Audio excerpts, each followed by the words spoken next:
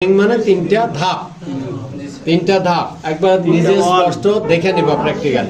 এই 3 ধাপ কাটার পর তাহলে কি শুরু হলো? জ্বরের কটা অংশ? মূলত তিনটে, সার্ভিক্স, বডি, হর্ন। এই 2 হর্ন যদি আমি কেটে দিই, এই 2 হর্ন এদিক থেকে কাটা আসবে 2 নদীর মোহনার মতো, আইসা যেখানে মিলিত হলো এই মিলন পয়েন্টটাই হলো বডি। এই মোবাইল নামাও।